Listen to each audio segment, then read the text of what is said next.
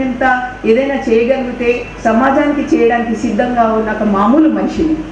ఇలాంటి మామూలు మనుషులు ఆ విమలక్క చుట్టూ ఎంతమంది ఉంటారో మీకు అందరికీ తెలియని విషయాలు కాదు. ఈరోజు ఎన్నో వేలు పెట్టి ఎన్నో బస్సులు పెట్టి తెచ్చి కూర్చోబెట్టే ఉండే మీటింగ్ హాల్ నింపుతున్న మీటింగ్ హాల్స్ ఇప్పుడు. కానీ చూడండి ఈరోజు ఇంత ఏం మోసుకొచ్చింది, కేవలం ఇది అరుణోదయకున్న బలం. అట్లాగే ఈ పుస్తకంలో నాలాగే ఈ కార్యక్రమాల నుంచి దీంట్లోంచి నేర్చుకున్న కొత్త అంటే యువకులైన వాళ్ళు రాసిన వ్యాసాలు కూడా ఉన్నాయి. ఎమ్మిడి మహేందర్ ఉన్నాడు ఫర్ ఎగ్జాంపుల్. ఆయన వ్యాసం చదవండి.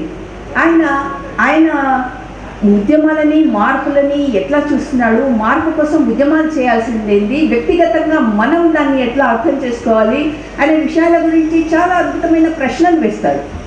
చిన్న చిన్న ప్రశ్నలే పెద్ద పరిష్కారాలకు దారితీస్తాయని చెప్పడానికి అది అరుణోదయ మోటో అని నేను అనుకుంటున్నాను. వాళ్ళు చెప్పరు కానీ ఈ విషయాలన్నీ కూడా బహుశా ఈ విషయాలన్నిటికీ ఈ సోవనీర్ అంతో ఎంతో సహాయపడుతుంది అని నేను అనుకుంటున్నాను.